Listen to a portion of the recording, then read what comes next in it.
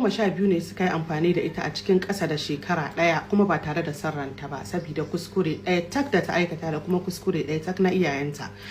Wannan labari da zan baku labari ne ina mai alhini da bakin ciki da kuma kasancewar mu iyaye wani lokaci muna iyakar kokarin mu wurin tarbiyyantar da yaran mu amma kuskuren mu wurin tarbiyyar yana bata mana yara.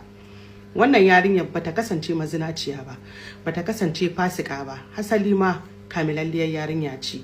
Zan baku labarin abin da ya faru a yanzu.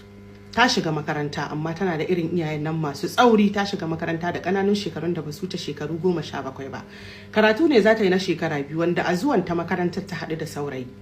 Haɗuwarta da saurayin nan ba za ta iya kai shi gida ba saboda tsaurin da iyayenta suke da shi.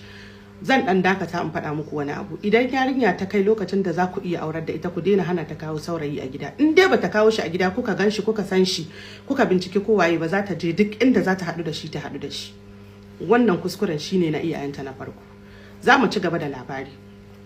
Ta haɗu da saurayin nan, karatun shekara 2 za ta yi, kuma haka suka ci gaba da yin soyayyarsa a makaranta ba tare da kowa ya san shi ba a gidansu. Iyayenta ba su san shi ba, babu wanda ya san shi a zuri'arta.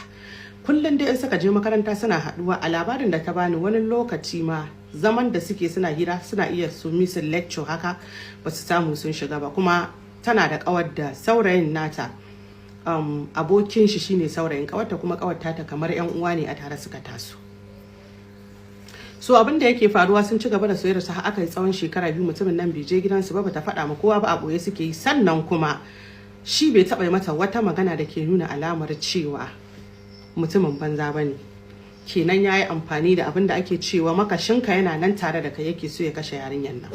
So abin da yake faruwa, bayan shekara 2 da suke har sun fara final exam a makaranta, sai wani lokaci ta ga kwana 2 bai neme ta ba. Bayan haka dai ya zo ya kira ta, ya ce bai da lafiya, ba kowa a gidansu, wance ta yi tafiya, shi kadai zai mutu, bai ci abinci ba. Ya dan yi mata irin abin saurayi da budurwa, ya ce bai ma iya tashi. Sai ya roƙe ta zo ta dafa mishi abinci a gidansu, inda yake ce mata fa gidan mama shi ne, gidansu ne. Ya ce shi kadai ne ba kowa. So sai ta gaya ma kawarta, ta ce gashi. Sai kawarta ce ki je kafin lokacin da zamu yi abin da zamu yi a makaranta, ni zan jire miki makaranta tunda sai 4 zamu je gida.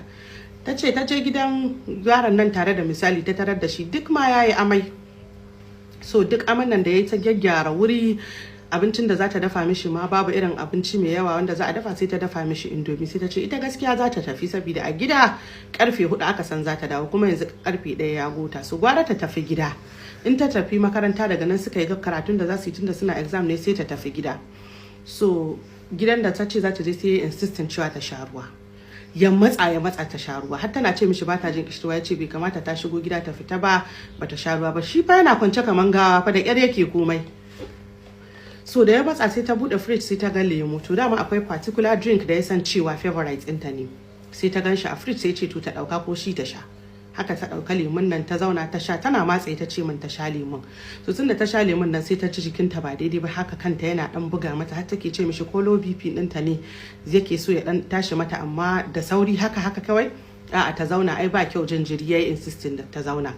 To cut the long story short, da yarinyar nan bata ƙara farkawa ta ganta ko ina ba, sai akan shimfiɗa shi yana kan kujerar da take zaune a lokacin da ta zauna tana jinjiri.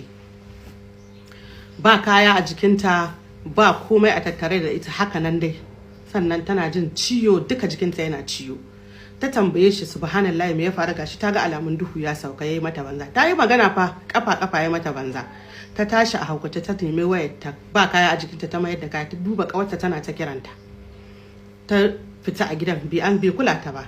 Har ta je ta samu kawarta, suka je suka yanda za a yanka magana da yarinya. Sai da ta yi rasa wasu daga cikin jarabawoyinta saboda bakin cikin abin da ya kada ta a gida, sai ciwo ya rufe ta kasa fita.